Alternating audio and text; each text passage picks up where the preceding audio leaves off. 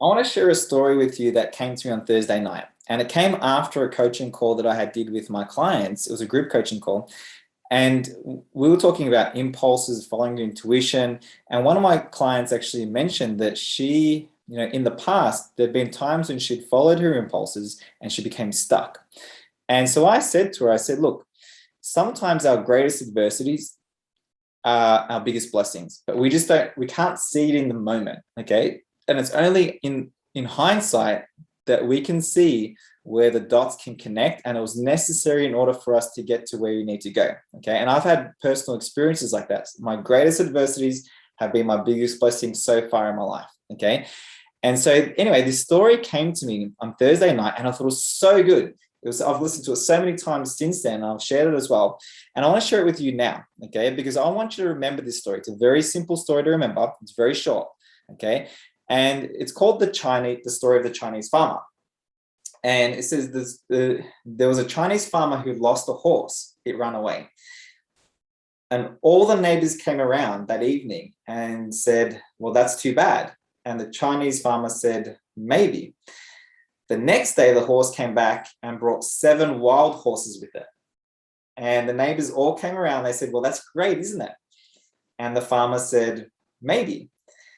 The next day, the farmer's son was attempting to tame one of these wild horses and was riding it. And the son was thrown off and broke his leg.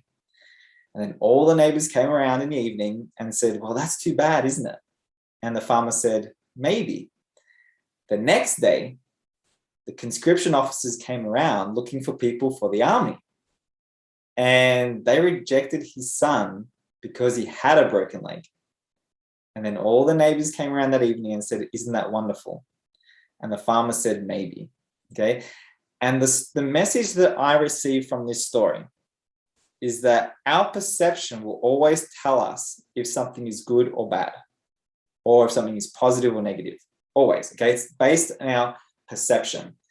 Now, like the Chinese farmer, you could either be neutral, okay, because he was neutral, or you can train your perception, which is one of your mental faculties, to look for the good in every circumstance or situation.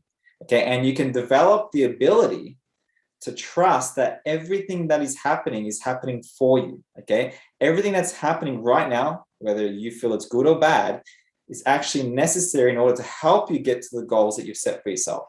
Your job, my job, our job is to stay focused on the end and to live from the end, okay? Because that is where you're fusing with, okay? And all the circumstances that are happening now are just like, as I love what Neville Goddard calls them, like a bridge of incidents, okay? It's like a bridge leading you to the end, okay? But you have to trust, okay? So if you're in doubt, or if your circumstances are not favorable right now, just remember the story of the Chinese farmer. Have a great day. Bye.